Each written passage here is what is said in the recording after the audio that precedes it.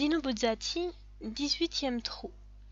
Monsieur Stefano Merizzi, 54 ans, directeur d'une entreprise pétrochimique, jouait au golf sur le terrain de Morizenda, un après-midi d'été avec son ami Giacomo, sa fille Lucia et le comte Giano Nangelo Giunci qui allait devenir son gendre.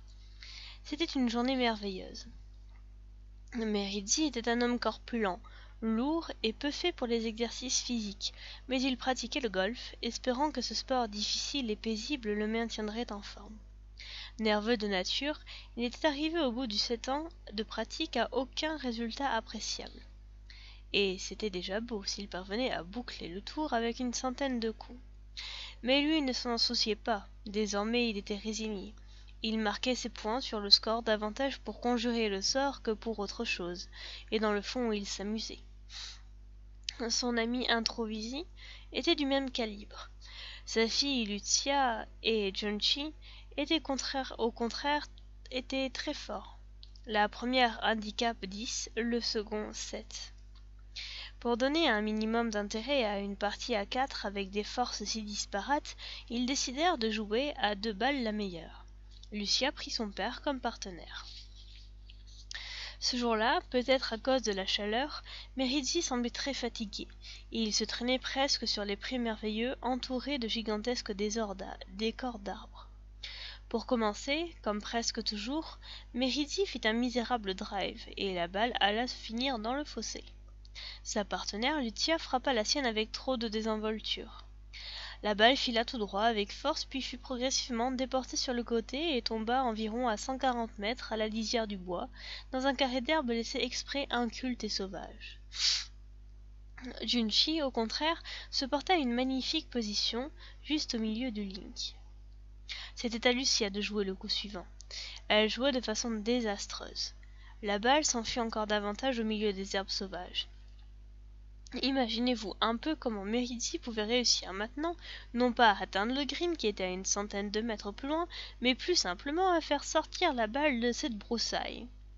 « Faire 10 ?» demanda le caddie. « Donne-moi ce que tu veux, mon petit, de toute façon. » D'habitude, justement parce qu'il avait conscience de sa propre infériorité, Merizzi, avant de taper sur sa balle, restait longtemps hésitant. Cette fois non, comme s'il était distrait, comme s'il n'y attachait plus d'importance, comme si le jeu lui était indifférent. Il se mit en position, leva son fer, le tint un instant en l'air, l'abaissa en le faisant tournoyer. Est-ce qu'il toucherait la balle? Est-ce qu'il frapperait la balle? Est-ce qu'il ferait bouger la balle? De combien aurait-il fait avancer la balle? De 10 centimètres? 50 centimètres? 1 mètre? On entendit un tac métallique et sec. Les regards étonnés des joueurs et des caddies suivirent la petite balle dont la trajectoire incurvée s'élevait très haut dans le ciel pour retomber désinvolte en plein milieu du green, à 15 centimètres du trou. Cela déclencha un bruyant éclat de rire. Le résultat, et le hasard et la chance, on veut bien, mais à ce point-là, c'était un comble. Un champion du monde ne saurait peut-être pas arriver à une perfection semblable. Papa, tu sais que tu es sensationnel, lui cria Lucia après le 17e trou. Si invraisemblable que ce soit, à la suite de son premier drive, Merizzi ne s'était plus trompé une seule fois. Et la chose était d'autant plus étrange qu'on voyait très bien qu'il était fatigué et qu'il semblait indifférent à cette sorte de miracle. « Qu'est-ce qui t'arrive? Comment l'expliques-tu » demandait Introvisi. « Tu te rends compte qu'aujourd'hui tu joues un bon 8 de handicap ?» Merizzi s'arrêta sur le bord de l'avant-dernier green après avoir joué avec une précision impressionnante. Il haletait. Il s'appuyait sur le putter comme un vieillard sur son bâton. « Ah, mon cher Giacomo, dit-il d'une voix basse, la vérité est que je ne m'intéresse plus à rien. Je me fiche complètement de tout et du fond du cœur. Or tu sais très bien qu'on ne joue correctement au golf que dans ces conditions-là, quand on est complètement détaché, du moins les types comme moi. Et aujourd'hui, je me fiche complètement de tout. » Il agita la main devant ses yeux comme pour chasser quelque chose. « Oh, ces mouches, dit-il, ces maudites mouches. » « Quelles mouches ? Je ne sais pas, je n'en avais encore jamais vu ici. Elle bourdonne sans arrêt autour de moi depuis que nous avons commencé la partie. Je ne m'en suis pas aperçu, dit Introvisi, et il se remit en route pour le tour suivant. Le soleil était bas désormais, et les ombres s'allongeaient sur les prés. Méridy le suivit péniblement. Au bout d'une dizaine de pas, il s'arrêta en chancelant. Son ami s'en aperçut. « Je ne te comprends pas. Aujourd'hui, tu joues comme tu n'as jamais osé le rêver. Tu joues comme un jeune homme et tu te traînes comme s'il t'était arrivé un malheur. Pourtant, peut-on savoir ce que tu as ?»« Ils m'ont trompé, dit Méridy tristement. Qui ? Tous. La vie, ma femme, ma fille. Ils m'ont sucé, vidé, et ils continuent. Et maintenant, ce type-là qui veut l'épouser, le sent, peu à peu. Depuis combien de temps ? Jour après jour. Et puis les ouvriers, la commission intérieure, et le fisc, et le comité d'assistance, et les cousins, et les parents pauvres, et toute cette congrégation de parasites que tu connais bien. Maintenant, je suis fatiguée, tu comprends ? Je me fiche de tout, plus rien ne m'intéresse. Je suis fatiguée et c'est pour cela que je joue bien. Mais quelle saleté de mouche ! De la main, il fit encore ce geste pour chasser les insectes. Pourtant, Introvisi ne voyait rien. Le 18e et dernier trou, à 380 mètres de là, se trouvait en haut d'une pente. On ne voit pas d'en bas le green qui se trouve juste de l'autre côté du sommet. Dans le drive du départ, comme cela ne lui était encore jamais arrivé, Méridy dépassa Lucia d'une quinzaine de mètres. Le phénomène avait quelque chose de monstrueux. Leur adversaire, en retard de 14 points, ne faisait plus que les regarder maintenant. Méridy frappa un deuxième coup, se dirigea vers la dernière partie de la pente, la plus raide. Il s'en fallait encore 250 mètres avant d'arriver au green. Le fer 5, suivant de Lucia, ne fut pas fameux. La balle s'arrêta en équilibre sur une touffe d'herbe à l'endroit où le pré était plus abrupt. L'homme fatigué se fit donner le numéro 8 et, sans lambiner, frappa la balle. 2 caddies s'étaient déjà rendus sur le green pour contrôler l'arrivée. « Elle est tombée ici sur le green, d'une façon absolument parfaite, et puis elle a rebondi. On ne sait pas comment, de ce côté-là, vers le fossé, » expliqua le garçon. Le soleil, à ce moment, a disparu derrière la cime des chênes. Le soir descend.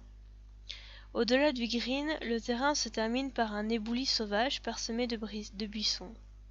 Mais là-bas, elle était tombée auparavant juste au point précis. Le coup était très beau. Si elle a rebondi, ce doit être de bien peu. Elle n'a pas pu aller très loin. Il se met à sa recherche. Méridy, lui aussi penché, tournaille çà et là, en scrutant les herbes et les broussailles. Le soir tombe peu à peu, les choses ressemblent toujours plus à des ombres, à des fantômes pensifs, au cœur de l'homme. Et du bois alentour, de petites voix mystérieuses commencent à s'élever. Mais les cimes des plus hauts arbres sont encore éclairées par le soleil. « Papa! Papa, où es-tu » appela Lucia soudain. À ce moment, Guncy se penche pour ramasser quelque chose. « À qui se faire ?» Dans le pré inculte, pas très loin, il vient de trouver un club. C'est un fer numéro 8. Il semble presque neuf. Guncy le tient levé pour le faire voir aux autres. Et puis il s'arrête, pétrifié, fixant le terrain derrière lui. « Cette vierge !»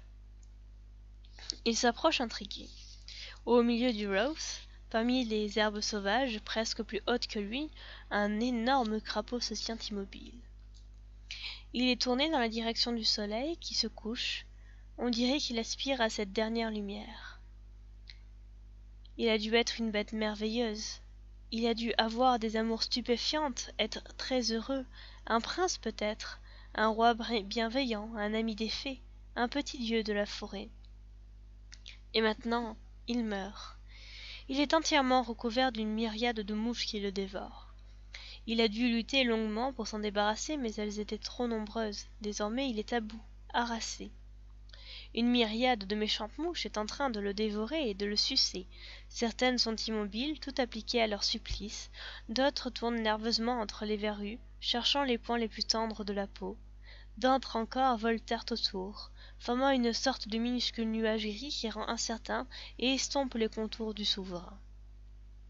Il a lutté pour se libérer, mais elles étaient trop nombreuses, et maintenant il doit mourir. Mais c'est un long tourment, une peine désespérée, c'est la solitude. Demain il ne reverra plus le soleil, plus jamais il ne pourra le revoir. Alors il en savoure la dernière réverbération pathétique entre les arbres, cette lumière qui fut jeunesse, espérance et amour. Sous le hideux grouillement des mouches, ses yeux brillent encore, sa bouche palpite en lents soupirs. Les hommes l'entourent, épouvantés. Ce n'est pourtant qu'un crapaud. Pourquoi sa vue les paralyse-t-elle ainsi?